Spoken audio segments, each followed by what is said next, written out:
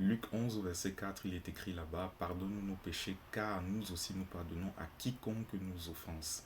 Vous voyez un peu, il y a une différence ici entre ce qui est dit dans Luc 11 au verset 4 et Matthieu 6 verset 12. Parce que dans Matthieu 6 au verset 12, il est dit, pardonne-nous nos offenses comme nous aussi nous pardonnons à ceux qui nous ont offensés. Mais dans Luc 11 au verset 4, on dit, il est écrit là-bas, pardonne-nous nos péchés. Vous voyez un peu, donc offense inclus, car, c'est-à-dire parce que, du fait que nous aussi nous pardonnons à quiconque nous offense. Ça veut dire que le pardon que nous recevons du Père est tributaire en fait de la façon dont on traite les autres. Non pas avec notre amour humain qui est incapable de le faire, mais avec l'amour de Dieu qui est répandu dans notre cœur selon Romains 5 au verset 5. Et lorsqu'on accepte de vivre la croix, c'est-à-dire à mourir à notre propre volonté, afin que prépare la volonté de Dieu, c'est là que cet amour s'exprime. Parce que Jésus dit dans Luc 11 au verset 4, car nous aussi nous pardonnons à quiconque, c'est-à-dire que ce fut un enfant de Dieu ou pas. Et c'est intéressant parce que nous recevons ainsi le pardon de Dieu en fonction de la façon dont nous nous comportons vis-à-vis de l'autre.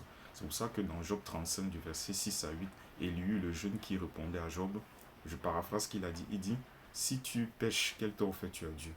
Si tu es juste, qu'est-ce que Dieu reçoit de ta main? Ta méchanceté ne peut nuire qu'à ton semblable et ta justice ne peut être utile qu'au Fils de l'homme et même à toute la création si j'extrapole en allant dans Marc 16 au verset 15 où Jésus ordonne d'aller prêcher la bonne nouvelle à toute la création.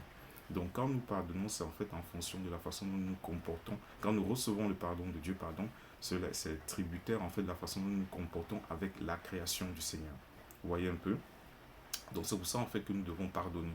Et nous devons aussi pardonner parce que c'est Jésus qui a raison. Dans Luc 11 au verset 2, il dit, quand vous priez, dites, ça veut dire que c'est ma volonté. Lorsque dans une situation où on pense du moins qu'on a été offensé et que même sur la forme, la situation semble nous donner raison, dès l'instant où on pense avoir raison, en fait, on emprunte déjà le chemin de l'orgueil et le chemin de l'égoïsme. Mais lorsque on reconnaît dans notre cœur qu'en toute chose c'est Jésus qui a raison, c'est une façon pour nous de reconnaître que Jésus peut tirer le meilleur même de celui qui nous a fait du mal. Comme il a aussi tiré le meilleur par son esprit de nous qui nous l'avons, qui aussi étions perdus, mais qui nous a sauvés dans sa grâce. Donc pardonner, c'est aussi reconnaître que le salut est accessible à tous et que Dieu veut que tous les hommes soient sauvés, comme nous aussi, il nous a sauvés. Donc c'est Jésus qui a raison. Donc ne nous embrigadons pas à dire que non, Seigneur, c'est moi qui ai raison parce que les choses se sont passées comme ça, non. Nous aussi, nous avions eu tort de toutes les manières devant Dieu. Et c'est Jésus qui a toujours raison. Lorsqu'on cherche à avoir raison, on se tourne vers soi-même et on emprunte le chemin de l'orgueil et de l'égoïsme. Fidèlement en Christ, je vous salue.